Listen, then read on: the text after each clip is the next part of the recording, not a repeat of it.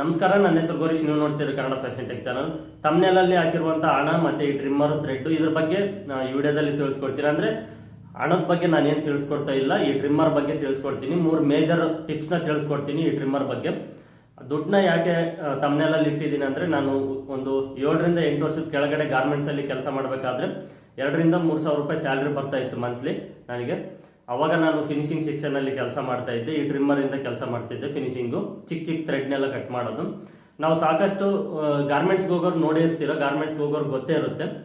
ಜಾಸ್ತಿ ಟ್ರಿಮ್ಮರ್ನ ಯೂಸ್ ಮಾಡ್ತಾರೆ, ಸೀಜರ್ನ ಯೂಸ್ ಮಾಡೋದಿಲ್ಲ. ಯಾಕಂದ್ರೆ ಟ್ರಿಮ್ಮರ್ ಇಂದ ಬೇಗ ಕೆಲಸ ಆಗುತ್ತೆ. ನಾವು ಈಗ ಸೀಜರ್ ಅಂದ್ರೆ ಸ್ವಲ್ಪ ಹೆವಿ ಇರುತ್ತೆ, ಆ ಸೀಜರ್ನ ತಗೊಂಡು ಥ್ರೆಡ್ನ ಕಟ್ ಮಾಡೋದಕ್ಕಿಂತ ಈ ಟ್ರಿಮ್ಮರ್ ಅಲ್ಲಿ ಥ್ರೆಡ್ನ ಕಟ್ ಮಾಡಿದ್ರೆ ಬೇಗ ಕಟ್ ಆಗುತ್ತೆ, ನೀಟಾಗಿ ಫಿನಿಶಿಂಗ್ ಅನ್ನೋದು ನೀಟಾಗಿರುತ್ತೆ. ಥ್ರೆಡ್ ಅನ್ನೋದು ತುಂಬಾ ಶಾರ್ಪ್ ಆಗಿ ಕಟ್ ಆಗುತ್ತೆ. ಬಟ್ ಸೀಜರ್ ಅಲ್ಲಿ ಆ ರೀತಿ ಕಟ್ ಆಗೋದಿಲ್ಲ. ಆಲ್ಮೋಸ್ಟ್ ಅಲ್ಲಾಗಿ ಜಾಸ್ತಿ ಗಾರ್ಮೆಂಟ್ಸ್ ಅಲ್ಲಿ ಅಂತ ದೊಡ್ಡ ಗಾರ್ಮೆಂಟ್ಸ್ ಅಲ್ಲೇ ಈ ಟ್ರಿಮ್ಮರ್ನ ಯೂಸ್ ಮಾಡ್ತಾರೆ. ಬಟ್ ನಾವು ಟೈಲರ್ಗಳು ಜಾಸ್ತಿ ಯೂಸ್ ಮಾಡೋದಿಲ್ಲ. ಹಾಗೆ ಈಗ ನಾನು ನಿಮ್ಗೆ ಈ ವಿಡಿಯೋದಲ್ಲಿ ತಿಳಿಸ್ಕೊಡುವಂತ 3 ಟಿಪ್ಸ್ ಏನಿದಾವೋ, ಈ 3 ಟಿಪ್ಸು ಆಲ್ಮೋಸ್ಟ್ ಅಲ್ಲಿ ಕೆಲವರಿಗೆ ಗೊತ್ತಿರುತ್ತೆ, ಬಟ್ ಹೊಸದಾಗಿ ನೋಡೋರಿಗೆ ಗೊತ್ತಿರೋದಿಲ್ಲ. ಗೊತ್ತಿರೋರು ಅಭ್ಯಾಸ ಮಾಡ್ಕೊಳ್ಳಿ, ಈ ಟ್ರಿಮ್ಮರ್ನ ಯಾವ ರೀತಿ ಯೂಸ್ ಮಾಡ್ಬೇಕಂತ. ಗೊತ್ತಿಲ್ಲದೆ ಇರೋರು ತಿಳ್ಕೊಂಡು ಅಭ್ಯಾಸ ಮಾಡ್ಕೊಳ್ಳಿ. ಮೇಜರ್ ಆಗಿ 3 ಟಿಪ್ಸ್ ನ ತಿಳಿಸ್ಕೊಡ್ತೀನಿ. ಈ 3 ಟಿಪ್ಸ್ ಜಾಸ್ತಿ ಯೂಸ್ ಮಾಡ್ಬೋದು. ಅಂದ್ರೆ ಈಗ ನಾವು ಟೈಲರ್ ಕೆಲಸಕ್ಕೆ ಜಾಸ್ತಿ ಯೂಸ್ ಮಾಡಂತ ಈ 3 ಟಿಪ್ಸ್. ಇನ್ನು ಕೆಲವು ಇದಾವೆ, ಅವು ಅಷ್ಟೊಂದು ನೆಸೆಸರಿ ಏನು ಅನ್ಸಿಲ್ಲ ನನಗೆ. ಹಾಗಾಗಿ ಈ 3 ಟಿಪ್ಸ್ ಮಾತ್ರನೇ ತಿಳಿಸ್ಕೊಡ್ತೀನಿ. ವಿಡಿಯೋನ ಪೂರ್ತಿಯಾಗಿ ನೋಡಿ. ಹಾಗೆ ನಿಮ್ಗೆ ಈ ವಿಡಿಯೋ ಹೇಗೆ ಅನಿಸ್ತು ಅಂತ ನನಗೆ ಕಮೆಂಟ್ ಸೆಕ್ಷನ್ ಅಲ್ಲಿ ಕಮೆಂಟ್ ಮಾಡಿ ತಿಳಿಸಿ. ಹಾಗೆ ನೀವಿನ್ನು ಹೊಸಬ್ರಾಗಿದ್ರೆ ನನ್ನ ಚಾನಲ್ ಸಬ್ಸ್ಕ್ರೈಬ್ ಮಾಡ್ಕೊಳ್ಳಿ. ಹಾಗೆ ಪಕ್ಕದಲ್ಲಿರುವಂತ ಬೆಲ್ ಐಕನ್ ಕೂಡ ಆನ್ ಮಾಡ್ಕೊಳ್ಳಿ. ಫಸ್ಟ್ ಟಿಪ್ಸ್ ಬಂದ್ಬಿಟ್ಟು, ನಾವು ಈ ಟ್ರಿಮ್ಮರ್ನ ಜಾಸ್ತಿ ಥ್ರೆಡ್ನ ಕಟ್ ಮಾಡಕ್ಕೆ ಯೂಸ್ ಮಾಡಬೇಕು. ಥ್ರೆಡ್ನ ಎಲ್ಲೆಲ್ಲಿ ಕಟ್ ಮಾಡಕ್ಕೆ ಯೂಸ್ ಮಾಡ್ಬೇಕಂದ್ರೆ, ಮೇನ್ ಆಗಿ ಓವರ್ಲಾಕ್ ಥ್ರೆಡ್ನ ಕಟ್ ಮಾಡಕ್ಕೆ ಯೂಸ್ ಮಾಡ್ಬೇಕಂದ್ರೆ ಈ ಸೀಜರಿಂದ ಕಟ್ ಮಾಡೋದಕ್ಕಿಂತ ಈ ಟ್ರಿಮ್ಮರ್ ಇಂದ ಕಟ್ ಮಾಡಬೇಕು. ಹಾಗೆ ನೆಕ್ಸ್ಟ್ ನಾವು ಸ್ಟಿಚಿಂಗ್ ಮಾಡಬೇಕಾದ್ರೆ ಮಾಮೂಲಿ ಮಿಷನ್ ಅಲ್ಲಿ ಸ್ಟಿಚಿಂಗ್ ಮಾಡ್ತೀವಲ್ವ, ಆ ಸ್ಟಿಚಿಂಗ್ ಮಾಡಬೇಕಾದ್ರೂ ಟ್ರಿಮ್ಮರ್ ಯೂಸ್ ಮಾಡಬೇಕು. ಮತ್ತೆ ಉಕ್ಸು ಎಮ್ಮಿಂಗ್ ಹಾಕ್ಬೇಕಾದ್ರೂ ಟ್ರಿಮ್ಮರ್ ಅನ್ನೋದು ಯೂಸ್ ಮಾಡಬೇಕು ಥ್ರೆಡ್ನ ಕಟ್ ಮಾಡೋದಕ್ಕೆ. ಮತ್ತೆ ಇದಾದ ನಂತರ ನಾವು ಈ ಕುಚ್ಚು ಕಟ್ಟೋದಕ್ಕೆ ಜಾಸ್ತಿ ಈ ಟ್ರಿಮ್ಮರ್ನ ಯೂಸ್ ಮಾಡಬೇಕು. ಥ್ರೆಡ್ ಕಟ್ ಮಾಡೋದಕ್ಕೆ ಟೋಟಲ್ ಆಗಿ ನಾವು ಥ್ರೆಡ್ ಕಟ್ ಮಾಡೋದಕ್ಕೆ ಜಾಸ್ತಿ ಈ ಟ್ರಿಮ್ಮರ್ನ ಯೂಸ್ ಮಾಡಬೇಕು. ಇದನ್ನು ಚೆನ್ನಾಗಿ ನೆನಪಿನಲ್ಲಿ ಇಟ್ಕೊಳ್ಳಿ. ನಾನು ಈಗ ಈ ಓವರ್ಲಾಕ್ ಥ್ರೆಡ್ನ ಯಾಕೆ ತಗೊಂಡೆ ಅಂದರೆ, ಈ ದಾರನ ಕಟ್ ಮಾಡೋಕ್ಕೆ.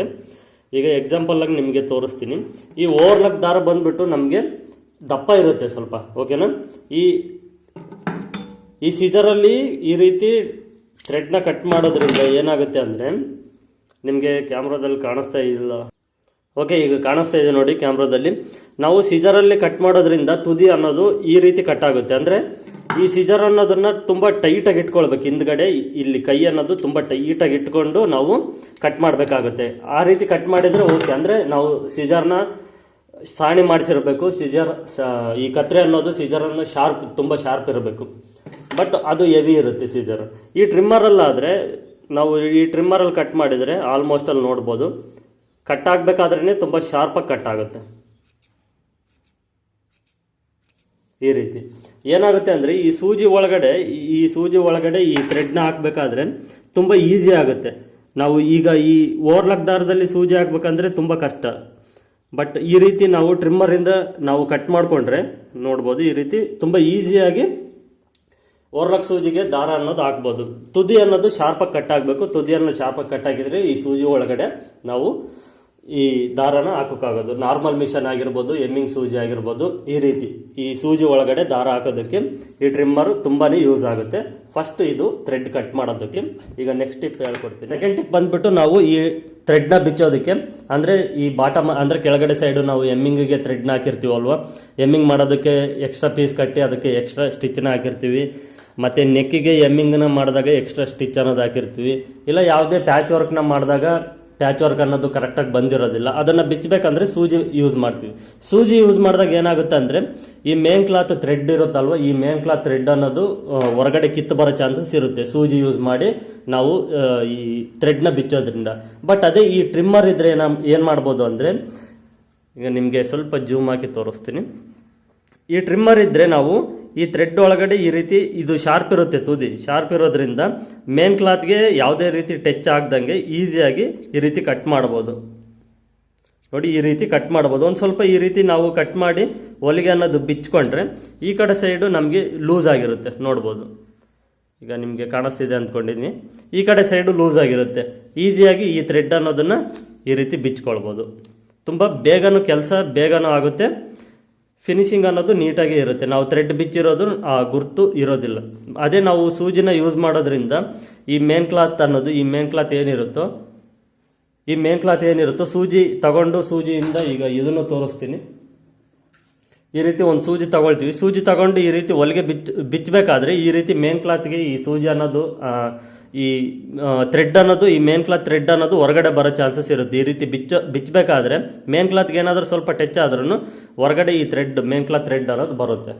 ಇದು ಸೆಕೆಂಡ್ ಟಿಪ್ಪು, ತುಂಬಾ ಯೂಸ್ಫುಲ್ ಆಗುತ್ತೆ. ಈ ಸೆಕೆಂಡ್ ಟಿಪ್ಗೂ ಈ ಟ್ರಿಮ್ಮರ್ ಅನ್ನೋದು ಯಾವುದೇ ಥ್ರೆಡ್ ಬಿಚ್ಚೋದಕ್ಕಾಗಲಿ ನಾವು ಈ ಟ್ರಿಮ್ಮರ್ನ ಯೂಸ್ ಮಾಡಿದರೆ ಫಿನಿಶಿಂಗ್ ಅನ್ನೋದು ನೀಟಾಗಿರುತ್ತೆ.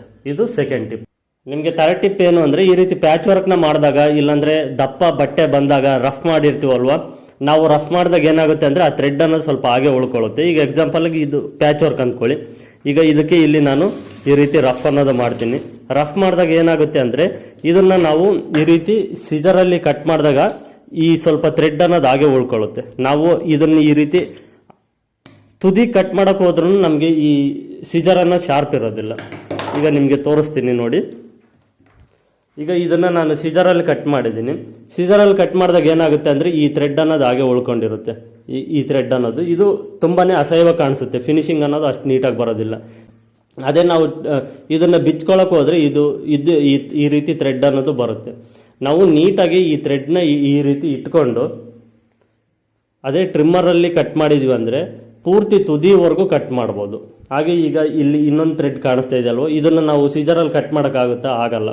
ಅದೇ ಟ್ರಿಮ್ಮರ್ ಆದರೆ ಪೂರ್ತಿ ಈ ರೀತಿ ಕಂಪ್ಲೀಟ್ ಕಟ್ ಮಾಡ್ಬೋದು. ಈ ರೀತಿ ಕಂಪ್ಲೀಟ್ ಕಟ್ ಮಾಡಿದರೆ ಫಿನಿಶಿಂಗ್ ಈಗ ನೋಡಿ ಯಾವ ರೀತಿ ಕಾಣಿಸುತ್ತೆ ಅಂತ. ಈ ರೀತಿ ಈ ಟ್ರಿಮ್ಮರ್ ಅನ್ನೋದು ಇಷ್ಟು ಉಪಯೋಗ ಆಗುತ್ತೆ. ಮೇಜರಾಗೆ ನನಗನ್ಸಿದ್ದು ಈ ಮೂರು ಟಿಪ್ಸ್ನ ನಿಮಗೆ ತಿಳಿಸ್ಕೊಟ್ಟಿದ್ದೀನಿ. ಥ್ರೆಡ್ ಕಟ್ ಮಾಡೋದಕ್ಕೆ ಮತ್ತು ಥ್ರೆಡ್ನ ಬಿಚ್ಚೋದಕ್ಕೆ. ಈ ರೀತಿ ಪ್ಯಾಚ್ ವರ್ಕ್ ಡಿಸೈನ್ ಮಾಡಬೇಕಾದ್ರೆ ಜಾಸ್ತಿ ಟ್ರಿಮ್ಮರ್ನೇ ಯೂಸ್ ಮಾಡಿ, ಫಿನಿಶಿಂಗ್ ನೀಟಾಗಿರುತ್ತೆ. ನಮಗೆ ಟೈಲರ್ ಕೆಲಸಕ್ಕೆ ಮೇನಾಗಿ ಈ ರೀತಿ ಪ್ಯಾಚ್ ವರ್ಕ್ನ ಮಾಡಿದಾಗ ಫಿನಿಶಿಂಗೇ ತುಂಬ ಇಂಪಾರ್ಟೆಂಟು. ಈ ಬ್ಯಾಕ್ ಸೈಡ್ ಡಿಸೈನ್ ಮಾಡಿದಾಗ ನಾವು ಥ್ರೆಡ್ನ ಹೆಂಗಂದ್ರಂಗೆ ಬಿಟ್ಟರೆ ಫಿನಿಶಿಂಗ್ ಅನ್ನೋದು ನಾವು ಎಷ್ಟು ಡಿಸೈನ್ ಅನ್ನೋದು ಎಷ್ಟು ಚೆನ್ನಾಗಿ ಮಾಡಿದ್ರು ಫಿನಿಶಿಂಗ್ ಅಷ್ಟು ನೀಟಾಗಿ ಕಾಣಿಸೋದಿಲ್ಲ. ಈಗ ದೊಡ್ಡ ಗಾರ್ಮೆಂಟ್ಸಲ್ಲಿ ನಿಮಗೆ ಗೊತ್ತೇ ಇದೆ, ಅಷ್ಟು ದೊಡ್ಡ ಗಾರ್ಮೆಂಟ್ಸಲ್ಲಿ ಫಿನಿಶಿಂಗ್ ಅನ್ನೋದು ಎಷ್ಟು ತುಂಬ ಇಂಪಾರ್ಟೆಂಟು. ಅವರು ಈ ಟ್ರಿಮ್ಮರ್ನ ಏನಕ್ಕೆ ಯೂಸ್ ಮಾಡ್ತಾರೆ ಹೇಳಿ? ಫಿನಿಶಿಂಗೇ ಮೇನ್ ಇಂಪಾರ್ಟೆಂಟು. ಹಾಗಾಗಿ ಇದು ನಿಮಗೆ ಯಾಕೆ ತಿಳಿಸ್ಕೊಟ್ಟೆ ಅಂದರೆ, ಸಾಕಷ್ಟು ಜನಕ್ಕೆ ಈ ವಿಷಯ ಗೊತ್ತಿದೆ. ಈ ಟ್ರಿಮ್ಮರಲ್ಲಿ ಈಗ ನಾನು ತಿಳಿಸ್ಕೊಟ್ಟಿರೋ ವಿಷಯ ಸಾಕಷ್ಟು ಜನಕ್ಕೆ ಗೊತ್ತಿದೆ. ಏನೋ ಕೆಲವ್ರಿಗೆ ಹೊಸದಾಗೆ ಕಲಿಯೋರ್ಗೆ ಗೊತ್ತಿಲ್ಲ, ಬಟ್ ಸಾಕಷ್ಟು ಜನಕ್ಕೆ ಗೊತ್ತಿದೆ. ಆದರೆ ಈ ಟ್ರಿಮ್ಮರ್ನ ಜಾಸ್ತಿ ಯೂಸ್ ಮಾಡಲ್ಲ, ಸೀದರ್ನೇ ತಗೊಂಡು ಯೂಸ್ ಮಾಡ್ತಾರೆ. ಅದು ಫಿನಿಶಿಂಗ್ ಅನ್ನೋದು ಅಷ್ಟು ನೀಟಾಗಿ ಬರೋದಿಲ್ಲ. ಒಂದು ಸಾರಿ ಈ ರೀತಿ ಟ್ರಿಮ್ಮರ್ನ ನೀವು ನಿಮ್ಮ ಹತ್ರ ಇರುತ್ತೆ, ಒಂದು ಸಾರಿ ಅಭ್ಯಾಸ ಮಾಡ್ಕೊಳ್ಳಿ. ಇದನ್ನು ಅಭ್ಯಾಸ ಮಾಡಿಕೊಂಡು ಟ್ರೈ ಮಾಡಿ ನೋಡಿ. ಫಿನಿಶಿಂಗು ನಿಮಗೆ ಫಸ್ಟು ಮತ್ತು ಈ ಟ್ರಿಮ್ಮರ್ ಯೂಸ್ ಮಾಡಿದಾಗ ಯಾವ ರೀತಿ ಇರುತ್ತೆ ಅಂತ ನಿಮಗೆ ಗೊತ್ತಾಗುತ್ತೆ. ಅಂದರೆ ಕಂಪೇರ್ ಮಾಡಿ ನೋಡಿ, ತುಂಬ ನೀಟಾಗಿರುತ್ತೆ. ಇದು ಈ ವಿಡಿಯೋದಲ್ಲಿ ತಿಳಿಸ್ಕೊಟ್ಟಿದ್ದು. ಈ ಟಿಪ್ಸ್ ಹೇಗೆ ಅನ್ನಿಸ್ತೆ ಅಂತ ನನಗೆ ಕಾಮೆಂಟ್ ಸೆಕ್ಷನಲ್ಲಿ ಕಾಮೆಂಟ್ ಮಾಡಿ ತಿಳಿಸಿ. ಇವು ಗೊತ್ತಿದ್ದಾವೆ, ಬಟ್ ಅಭ್ಯಾಸ ಮಾಡ್ಕೊಳ್ಳಿ ಅಂತ ನಾನು ಈ ವಿಡಿಯೋ ಮಾಡಿದೆ. ಅಷ್ಟು ಬಿಟ್ಟರೆ ಬೇರೆ ಏನು ಉದ್ದೇಶ ಅನ್ನೋದು ಬೇರೆ ಯಾವುದೂ ಇಲ್ಲ.